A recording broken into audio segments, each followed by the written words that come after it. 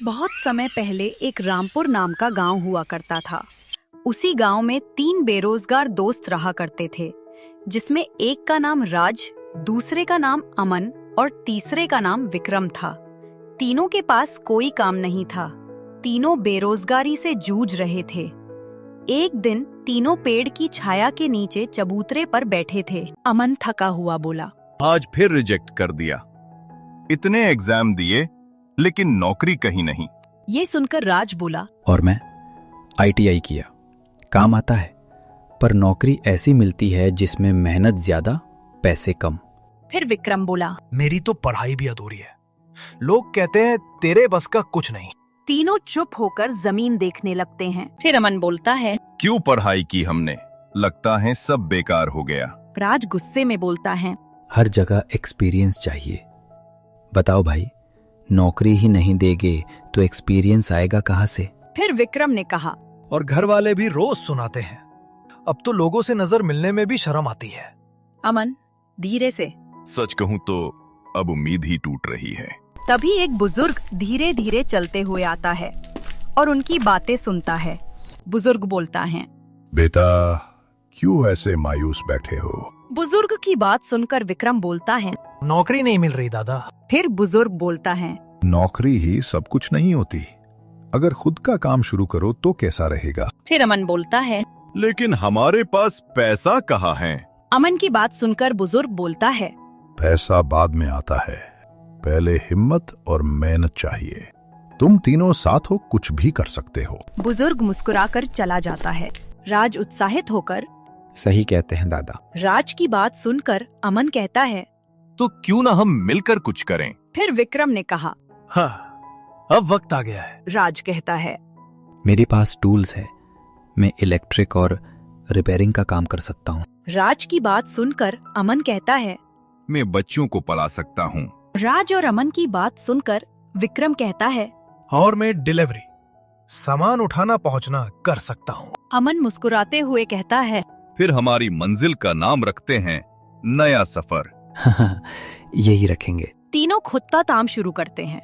एक रिपेयरिंग की दुकान खोल लेता है, एक ट्यूशन पढ़ाने लगता है और एक डिलीवरी का काम शुरू कर देता है। एक दिन राज अपनी दुकान में बैठा हुआ था।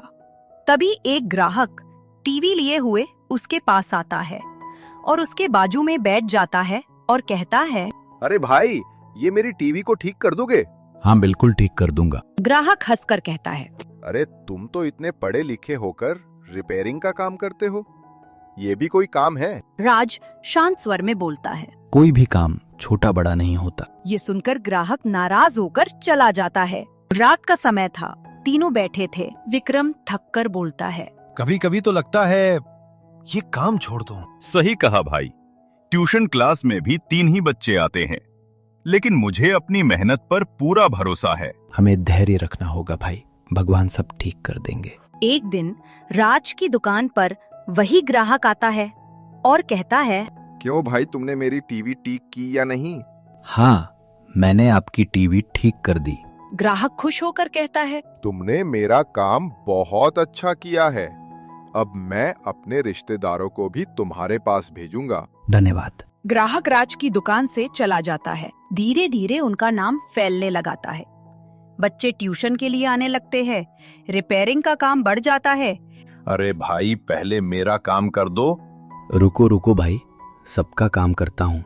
डिलीवरी से पैसे मिलने लगते हैं। एक दिन वो तीनों चाय की दुकान पर टेबल पर बैठे थे। तभी अमन कहता है, सोचो अगर नौकरी मिल जाती तो शायद हम सिर्फ कर्मचारी होते।